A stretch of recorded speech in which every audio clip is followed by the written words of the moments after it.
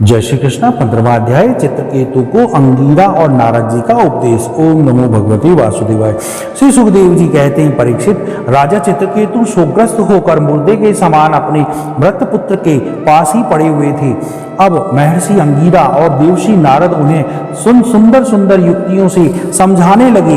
उन्हें कहा, राजेंद्र, जिसके लिए तुम इतना शोक कर रहे हैं वह बालक इस जन्म में और पहले के जन्मों में तुम्हारे कौन था, उसके तुम कौन थे और अगले जन्मों में भी उसके साथ तुम्हारा क्या संबंध रहेगा।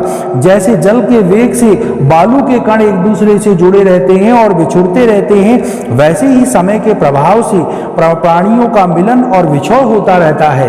राजन, जैसे कुछ बीजों से दूसरे बीज उत्पन्न होते हैं और नष्ट हो जाते हैं, वैसे ही भगवान की माया से प्रेरित होकर प्राणियों से अन्य प्राणी उत्पन्न होते हैं और नष्ट हो जाते हैं। राजन, हम तुम और हम लोगों के साथ इस जगत में जितने भी चराचर प्राणी वर्तमान में हैं, वह सब अपने जन्मों के पहले नहीं थे और मृत्यु के पश्चात नहीं रहेंगे। इससे सिद्ध होता है कि इस समय भी उनका अस्तित्व नहीं है, क्योंकि सत्व वस्तु तो सब समय एक सी रहती है। भगवान ही समस्त प्राणियों के अधिपति है। उनमें जन्म मृत्यु आदि विकार बिल्कुल नहीं है। उन्हें न किसी की इच्छा है न अपेक्षा। वह अपने आप परतंत्र प्राणियों की सृष्टि कर लेते हैं और उनके द्वारा अन्य प्राणियों की रचना, पालन और संहार करते हैं। ठीक वैसे ही जैसे बच्चे घर घरौंदे खेल खिलौने बना बनाकर बिगाड़ते रहते हैं। परीक्षित, जैसे एक बीज से दूसरा बीज उत्पन्न होता है, वैसे ही पिता की देह द्वारा माता की देह से पुत्र की देह उत्पन्न होती है।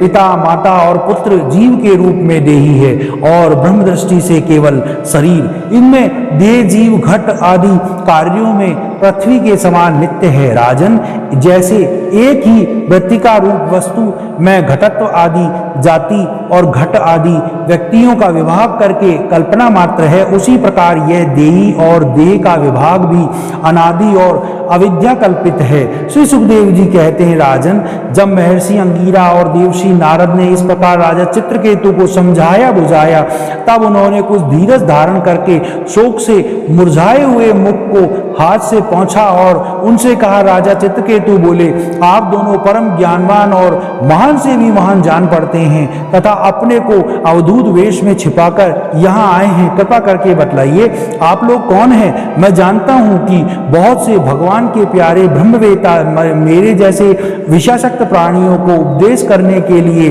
उन्मत्त का सा वेश बनाकर पृथ्वी पर स्वचंड विचरण किया करते हैं। सनत कुमार, नारद, ऋभु, अंगीरा, देवल, आसित, अपरांतरतम, व्यास, मार्कंडेय, गौतम, वशिष्ठ, भगवान परशुराम, कपिलदेव, सुखदेव, दुर्वासा, यज्ञवल्क्य, जातुकर्म्य, अरुणी, रोमस, चयन, दत्तात्रेय, आशुरी, पंतजलि, देवशिरा, बोधिमुनि, पंचशिरा, हिरणाभ, कौशल्य, श्रुतदेव, ऋतध्वज, यह सब तथा दूसरे सिद्धेश्वर ऋषि मुनि ज्ञानदान करने के लिए पृथ्वी पर विचरते रहते हैं। स्वामियों, मैं विषय भोगों में फंसा हुआ मूढ़ बुद्धि ग्राम्य पशु हूँ और अज्ञान के घोर अंधकार में डूब रहा हूँ। आप लोगों मुझे ज्ञान की ज्योति से प्रकाश के केंद्र में लाइए। महर्षि अंगीरा ने कहा, राजन, जिस समय तुम पुत्र के लिए बहुत लालायित थे, तब मैंने ही तुम्हें पुत्र दिया था। मैं अंगीरा हूँ। यह जो तुम्हारे सामने खड़े हैं, स्वयं ब्रह्मा जी के पुत्र सर्वसमर्थ देवर्षि नारद हैं। जब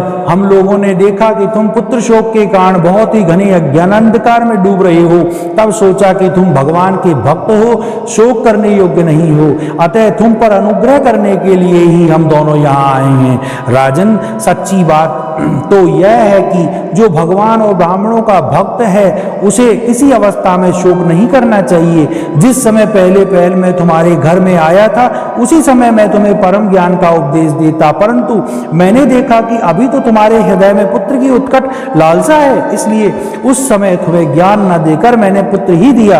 अब तुम स्वयं अनुभव कर रहे हो कि पुत्रवानों को कितना दुख होता है। यदि यही बात स्त्री, घर व धन, विविध प्रकार के ऐश्वर्य, संपत्तियां, शब्द, रूप, रस आदि विषय, राजवैभव, पृथ्वी, राज्य, सेना, खजाना, सेवक, अमात्य, सगे संबंधी, इष्ट मित्र सबके लिए है, क्योंकि ये सब के सब अनित्य हैं। सुरसेन, अतएव यह सभी शोक, मोह और भय, दुख का कारण है।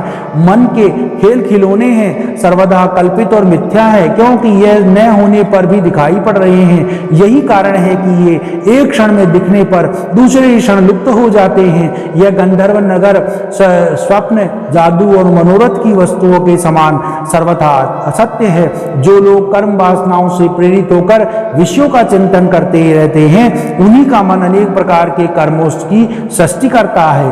जीवात्मा का यह देह जो पंचभूत, ज्ञानेंद्रियां और कर्मेंद्रियों का संघात है, जीव को विविध प्रकार के कलेश और संताप देने वाली कही जाती है। इसलिए तुम अपने मन को विषयों से भटकाने से रोककर शांत करो, स्वस्थ करो और फिर उस मन के द्वारा अपने वास्तविक स्वरूप का विचार करो और इस देह भ्रम नित्य को बुद्धि छोड़कर परम शांति स्वरूप परमात्मा में स्थित हो जाओ।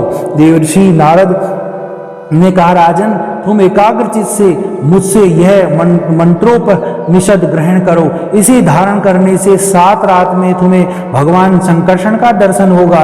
नरेंद्र, प्राचीन काल में भगवान शंकर आदि श्री शंकरषण देव ने के ही चरण कमलों का आश्रय लिया था। इससे उन्हें द्वैत भ्रम का परित्याग कर दिया और उनकी उस महिमा को प्राप्त किया जिससे बढ़कर तो कोई है ही नहीं, समान भी नहीं। तुम भी बहुत शीघ्र ही भगवान के उसी परम पद को प्राप्त कर लोगे। 15वां अध्याय समाप्त। ओम नमो भगवते वासुदेवाय। बोलो भगवान श्री कृष्ण की जय।